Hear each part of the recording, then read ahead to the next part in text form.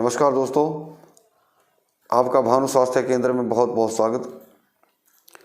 दोस्तों, आज जो मेरा वीडियो है शुगर के ऊपर है और इस वीडियो के अंदर मैं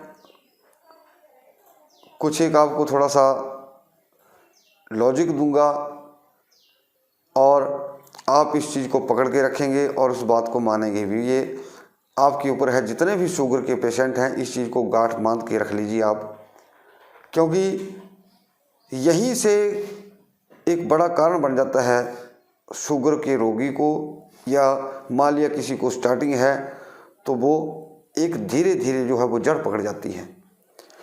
अब वो तरीका क्या है उसको मैं आपको बताने जा रहा हूँ, लेकिन उससे पहले आप इस वीडियो को लाइक करें, शेयर करें और इस चैनल को भी जरूर सब्सक्राइब करें। तो पहला जो कारण है,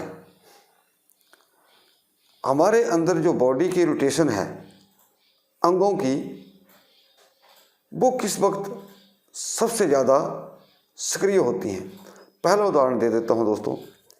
जब भी हम पूरा दिन काम करते हैं, थक जाते हैं, तो रात को बैठ जाते हैं 10, 11, 12 बजे तक, और आपके ऊपर जो नींद है वो हावी हो जाती है। आपको सोना पड़ेगा, रात सोने के लिए बनी है। और उसके बाद क्या होता है, बहुत सारी बीच में रोटेशन है, उसको मैं नहीं ले रहा हूँ बीच में क्योंकि वीडियो लंबा चला जाएगा। अब सभी आप बुजुर्ग, बच्चे जो भी हैं, 5 से 7 बजे के बीच आप लोग सभी फ्रेश हो जाते हैं, यानी कि आपको लैट्रिन हो जाती है, मतलब आप लैट्रिन जाते हैं। वजह इसकी बहुत बड़ी वजह है। अब कुछ लोग तो 2 टाइम भी जाते हैं, लेकिन सुबह के टाइम में तो सभी जाते हैं। कोई ऐसा व्यक्ति नहीं होगा जो सुबह के टाइम में नहीं जाता फ्रेश होने। पहले वजह जानिए, फिर अपने रोग के ऊपर जाइए। तो दोस्तों, 5 और 7 के बीच का जो टाइम होता है आदमी के अंदर, वो होता है बड़ी आंत का। वो उस वक्त सबसे ज़्यादा सक्रिय होती है, और सक्रिय होने के कारण ही हमें 5 और 7 के भीतर हमें मोशन बन जाता है। ये पक्की बात है। चाहे आप चाय पी रहे हैं या गर्म पानी पी रहे हैं या पानी का घूंट पी ले रहे हैं, तब भी आपका तुरंत जो है मोशन बन जाएगा। कुछ लोग सुबह क्या करते हैं कि 1 कप या 1 गिलास पानी का, 1 लोटा पानी का पी जाते हैं, उनका तुरंत मोशन बन जाता है। कुछ लोग चाय पी करके ही मोशन बनता है, लेकिन बनता है वो हमारी जो टाइमिंग है हमारे शरीर के उस मुख्य अंग की, बड़ी आंत की, वो 5 और 7 के बीच सबसे ज़्यादा सक्रिय होती है। तो ये एक लॉजिक था, सच्चाई थी इस बात में। आप इसको झुठला नहीं सकते, ना मैं झुठला सकता हूँ। अब इसके बाद आता है पैनक्रियाज की बात। तो हमारा जो पैनक्रियाज है वो लगभग आप मान के चलिए 9 से 11 के बीच सबसे तेज सक्रिय होता है पैनक्रियाज। तो जब आप 8:30, 9 बजे खाना खा लेंगे, एक प्रैक्टिकल हो गया इस बात के ऊपर, मैंने प्रैक्टिकल किया कुछ शुगर पेशेंट के ऊपर। तो जब भी वो खाना खाते थे तो उनकी शुगर खाने के बाद 200 से अब जब इस तरीके को इस्तेमाल किया गया, जैसे आपने मान लिया 9 बजे खाना खा लिया, आप 2 घंटे के बाद शुगर चेक करवाएंगे तो आपकी शुगर जो है जितनी आम दिनों में बड़ी होगी उससे थोड़ा कम होगी। मान लिया आपकी खाना खाने से पहले शुगर 150 है, और इस चीज़ को आप करेंगे, यानी कि 9 बजे के भीतर आप खाना खा लेंगे, तो जो पैनक्रियाज है उसके अंदर इंसुलिन सिक्रीट करने की सबसे ज़्यादा क्षमता होती है, सबसे ज़्यादा। वो टाइमिंग एक नेचर है। तो जब उस टाइमिंग के अनुसार आपने खाना खा लिया, फिर इंसुलिन जो आपका पैनक्रियाज है इतना तेज़ी से सिक्रीट करेगा कि आपको हो सकता है एलोपैथी मेडिसिन लेने की ज़रूरत नहीं पड़ेगी। ये नेचुरल है, ये कोई मन गढ़ंत कहानियाँ नहीं हैं कि आप शुगर कैसे ठीक हो रही है, क्या हो रहा है। तो अक्सर मैंने देखा कि जिन लोगों की खाना खाने से पहले 150 थी, चेक करके देखा और उसी टाइमिंग के साथ उनको खाना खिलाया गया और जब चेक की गई तो वो कितनी आई, कुछ लोगों की तो नॉर्मल रेंज में ही आ गई 120, 130, जबकि वो खाना खाने के बाद बढ़नी चाहिए थी। तो मेरा तो पहला सुझाव यही है कि आप उस चीज़ को ज़रूर करें। ये शुगर पेशेंट के लिए सबसे ज़्यादा एक माइनर सी चीज़ है और ज़रूरी और लाभदायक है। अभी कुछ दिन पहले एक बहन ने मुझे कॉल किया तो मैंने मेथी दाने का जो पैनक्रियाज का पॉइंट है वो बताया था यहाँ, तो सिर्फ टेप से उसको चिपकाया था और टेप के चिपकाने के बाद उनकी शुगर में बहुत ही आशातीत लाभ हुआ। ये भारी प्रयोग हैं, हमें इसमें कुछ नहीं करना पड़ेगा, सिर्फ मेथी का एक दाना जो पैनक्रियाज वाला हिस्सा है। अगर आप मेरे पिछले वीडियो देखेंगे मेथी का, उसमें मैंने डाला है मेथी का प्रयोग कैसे करना है, उसमें मैंने बताया है, उसको आप देख सकते हो। तो कहाँ लगाना है, कैसे लगाना है, आपका पैनक्रियाज कैसे एक्टिवेट होगा। पहली बात तो आप खाने का सिस्टम ठीक रखिए, जो मैंने आपको टाइमिंग बताई। और दूसरा, अगर आप सिंपल मेथी का, खाने का नहीं लगाने का, उसको प्रयोग में लाते हैं तो आपकी शुगर जो है वो बिना किसी की दवाई से ही, जैसे मान लीजिए किसी की 300 है तो बिना किसी दवाई के आपकी 200 तक आ सकती है, बिना किसी दवाई से। तो बहुत बड़ा इलाज है। और दूसरा, जितना भी लोग शुगर के पेशेंट हैं, आप दोपहर का खाना, अगर आपको बहुत भूख लग रही है, ये भी सत्य है। अब इसका कारण मैं बताता हूँ आपको। जैसे मान लिया किसी आदमी ने 9 बजे खाना खा लिया है, उसको 1:30-2 बजे के भीतर भूख लगेगी, और जिसने नहीं खाया है उसको भी भूख लगेगी, और जिसने खाया उसको भी भूख लगेगी। कारण बताइए।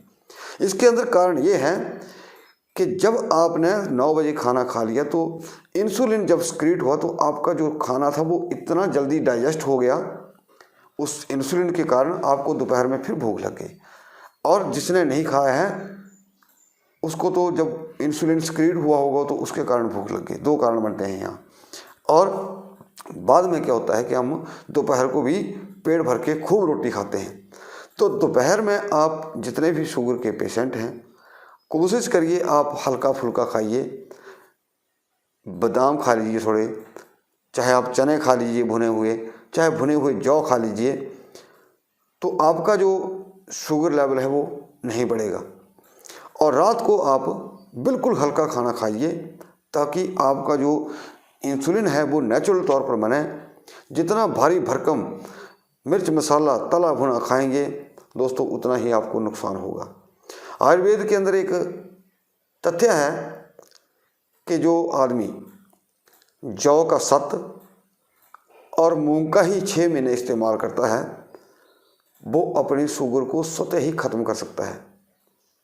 जौ का सत्त और मूंग, जो हरे दाल होती है हरी वाली, तो साबुत मूंग जिसको कहते हैं, अगर 6 महीने कोई भी व्यक्ति इस ढंग से काम करेगा तो उसका पैनक्रियाज अपने आप एक्टिवेट हो जाता है, इसमें नो डाउट। वही चीज़ आ जाती है कि हालांकि आयुर्वेद या हमारे जो पौराणिक ग्रंथों में वर्णित है चीज़ें कि आदमी को इवन तड़का भी, घी तेल का तड़का भी नहीं लगाना चाहिए, सिंपल। तो अपने आप को आप स्वयं भी ठीक कर सकते हैं। कुछ आयुर्वेदा की मेडिसिन होती हैं जो पैनक्रियाज को एक्टिवेट करने में सहायक होती हैं, लेकिन कुछ लोग अपनी जो दैनिक दिनचर्या है, जो उनका खान पान है, उसको नहीं बदल पाते।